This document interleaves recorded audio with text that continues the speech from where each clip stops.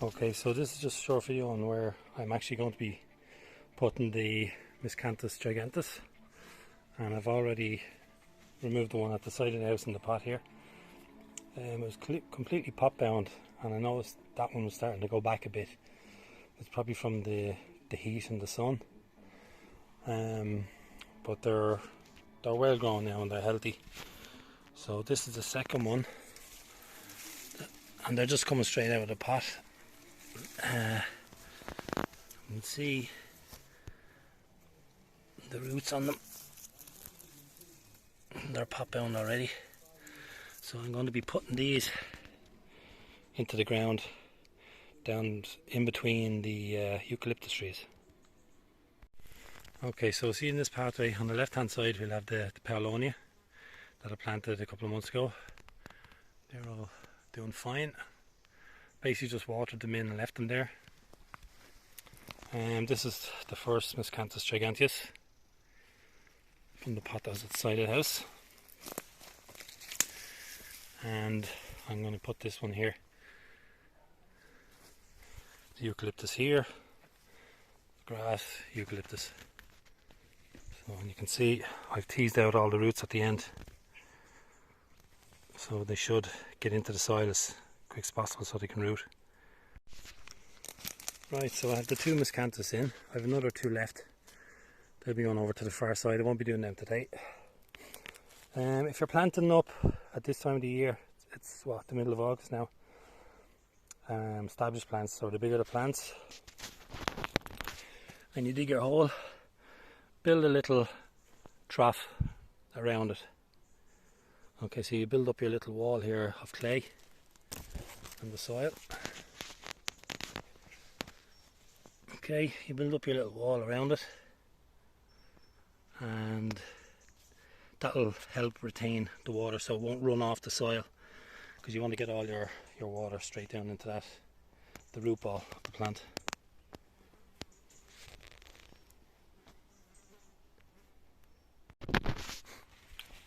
And that's how you can keep the water around the root ball.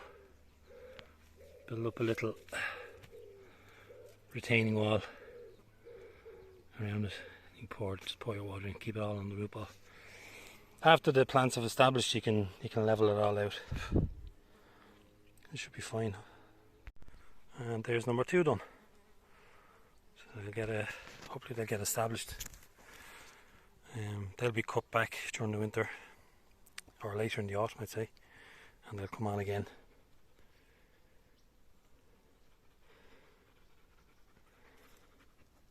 In between the eucalyptus.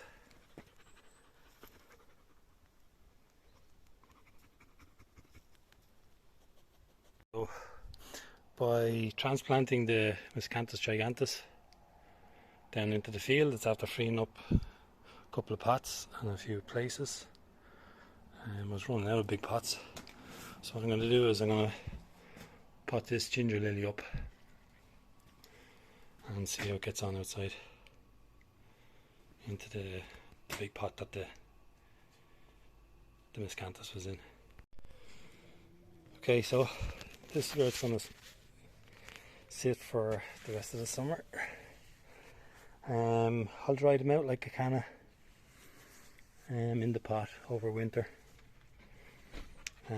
Fingers crossed they'll come back. They should do. It looks like a really strong plant, both of them. Beside this coconut. The coconut actually that I bought in Lidl for now is a $9.95. Went into shock. All the big leaves that were up to here, and cut them back. But by cutting it back, the new leaves have come out. They're starting. I'm only putting that there for the crack anyway. But just if you're putting stuff like cannas, colocasias, stuff that love water, they love being drenched, and that's how they'll get really big. Lots of feed, lots and lots of water. Put them in as big as pot possible, and they'll take off you. But what you need to do with the pots, okay, you need to get some stone or something to elevate your pot to keep it off the ground.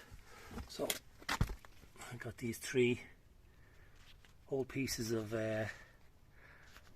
slabs here, the old that I used, and broke them up into some pieces here. So you put your plant onto them. Keeps the pot elevated, so it'll still get proper drainage, even though they like being soaked. And the ginger is subtropical, so it actually likes a lot more, probably more shade than this. But I'm going to leave it out here for the time being. But it likes moisture, but it doesn't like wet feet. So by keeping it elevated, the pot will dry off, and hopefully we'll get to see a beautiful flower here.